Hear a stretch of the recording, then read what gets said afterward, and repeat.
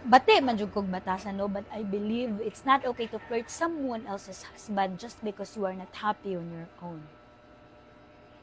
Bisag asa nato tan-awon whether it's a joke or not. Di gyud okay nga magkatigat ka sa laing husband, sa laing uyab ug sa laing laki, especially if kabaong tao nga minyo ka. And this is just my 2 cents. And before ko magpadayon sa kong ingon, gusto lang na ko i-clarify nga di na ko kaila si Miss Krisa personally, nagka-ano lang mi diri sa social media, and ang ako lang comment is ayang gibuhat. I have nothing against her.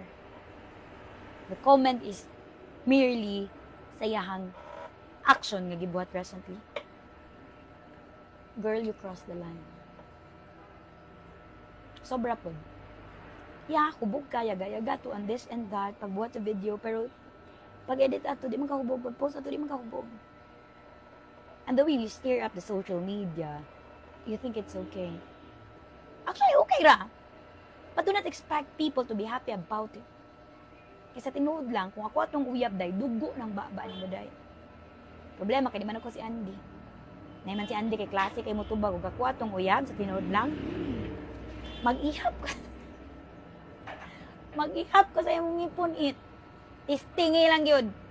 Tistingi kay namugno biyag ko, but kidding aside. Miss Krisa, ayaw pag-victim. Because you did something. Take accountability out of it. Apologize. Huwag may remorse imong pag-apology. Nagpa-victim pa manong ka na unsa magudi ay dahin. Kung tahay, ibutang nato, ay ibutang kay tangagon, charis. Ibutang nato, imong baan na to, ang gingatuan sa lang tao, nga gipost-post. Naman po yung naong imong baan na day. Problema, basig di ka affected. Kaya according to you, di man mo love yung husband. Ang saka tinuod. Content po to, o dili. Actually, dagay kay content lalaki, di kapila ka na basya, bro. Di kumutingog, di man tuminyo. But karon mo react yun ko kay katol kung baba. Katol kayo. And actually, ang nakapatrigger jud sa kuhay mong ate. Mas lumay queen, ano na? Remember, gabi kay ka makasaway sa ko. Nakalimtan man mong saway mong manghod. Ngak kay ka sa ko. To the end, na. Gamit-gamitong pa ni mong ginoo. Ano na, girl? Sige daw, be. Tistingin daw bash imong manghod. Tistingin daw comment imong manghod.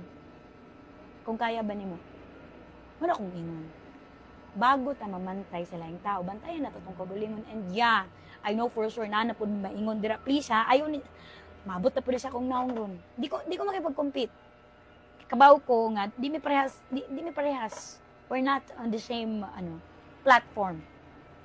Dili po, di na siya mao. Nakuha lang ba? Batiin ko batasan. Igat man sad ko.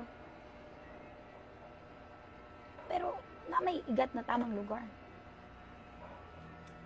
So please, Miss Krisa, I would like to apologize if ma-offend ka or malan ka na video and I don't know saan mo siya pag-take.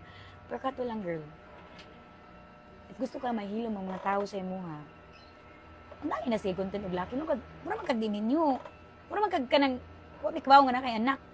And even if kabaw ko nga, you just wanna stay relevant, ayaw lang ng minyo dahil. Then if i-call out ka sa tao, ikaw pa nun ang pa-victim. Di jud maayo ba? Di jud maayo, but I believe mo ginahitabo. Sa tinun lang ako patanon sa video, it was just really friendly na hubog and this and that, yeah. But the way you edit the video, dito ang malis siya. The way imong caption, pagbuhat and this and that, kita mi ato. Ikaw na mag-akas if nothing happened, but kabalo ka, in fairness to you, no? Nana ka sa national news. Ganahan ko na, bay, congratulations. Gusto ko magboto. Kinsa man sa dako ang kaya. Sige lang. Basta katura.